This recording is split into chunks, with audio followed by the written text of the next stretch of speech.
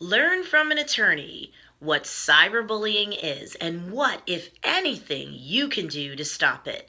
Kids, get your parents. They need to see this.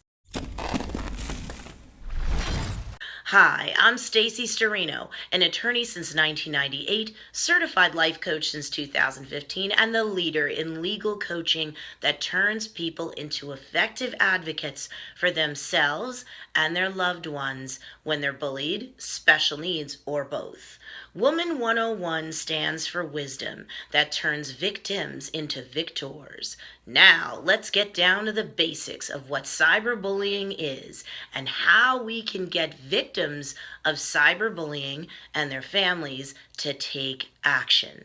Stay tuned until the end of the video so that you can learn about a method to stop bullies after all else fails. Yep, there is a method. As technology has evolved through the years, the internet has become a place where kids are victimized through widespread hurtful cyberbullying. Before we go any further, let's identify what cyberbullying is. It's willful and repeated harm inflicted through the use of computers, cell phones, and other electronic devices. In 2011, it was recognized that 20% of 11 to 18-year-olds have been cyberbullied at some point in their lives. The numbers have only increased since then. Cyberbullying differs from traditional bullying in several ways. First, a cyberbully can attack anonymously. Second, the bullying is capable of going viral, with many people harassing the same target at once. Third, the bully does not see the emotional toll that his or her bullying creates, which allows them to push further than they might have in a face-to-face relationship. Fourth, parents and teachers lack the technological understanding necessary in order to monitor these actions. Kids who are getting cell phones as young as 10 years old may be technologically well versed, but no offense, there's no way that they're mature enough to handle the consequences of their actions online. And it's tough for many parents who are, of course, much older and less experienced with tech to keep up with technology in general, let alone all of the new and various ways that bullies can exploit it to harm their victims. Bullies can go so far as to forge other kids' identities, open social media accounts under the victims' names, and otherwise really go to town. So if you're a parent watching this and thinking that you can shield your kid from cyberbullying by not allowing them to open up social media accounts, whether you knew it or not, that ship may have already sailed.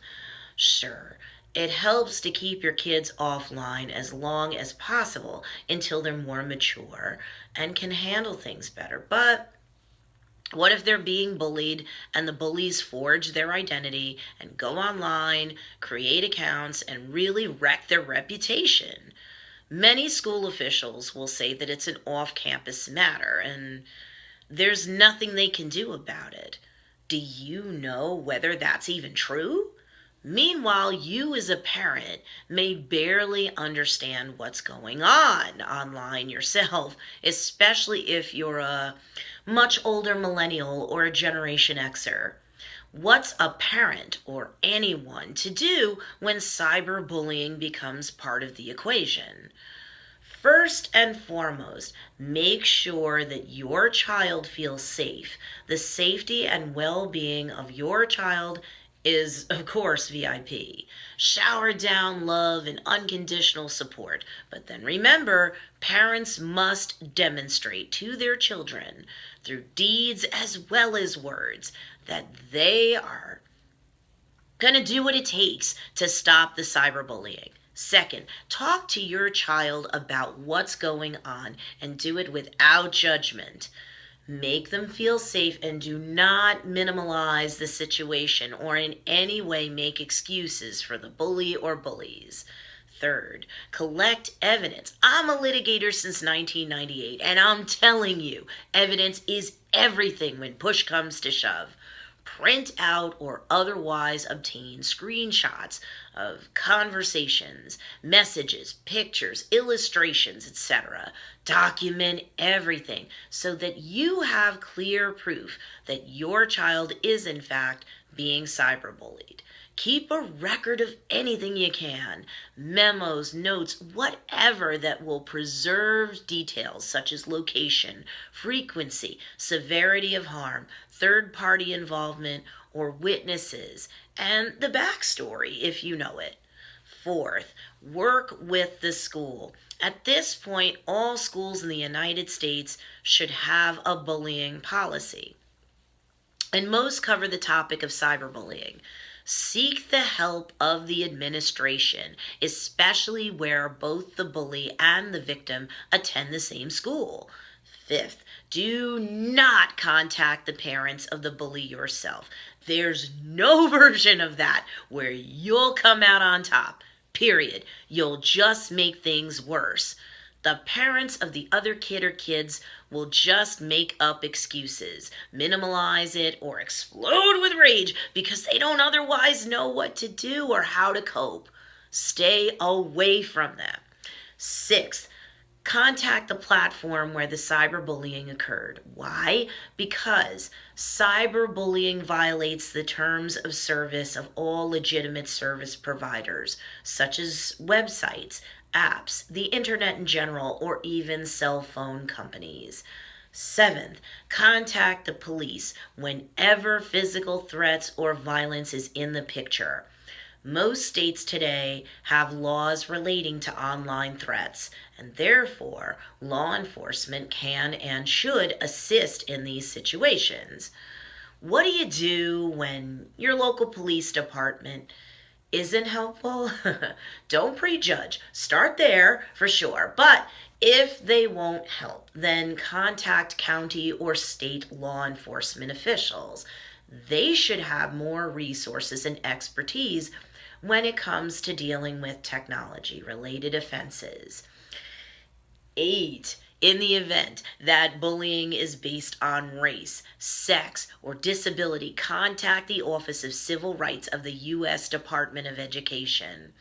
They will take your child's case seriously, especially if you can prove that your child is limited in his or her ability to learn and thrive at school due to that discrimination. 9th, get your child some counseling. Even if they have an otherwise super healthy relationship with you, and even if they're telling you everything, and sometimes you think they do, but they're not telling you everything, please get a third party involved here.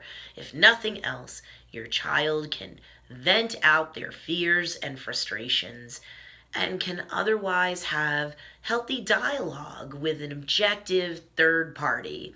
Not a bad thing, okay? 10th, put measures in place to stop cyberbullying from reoccurring. What's that look like?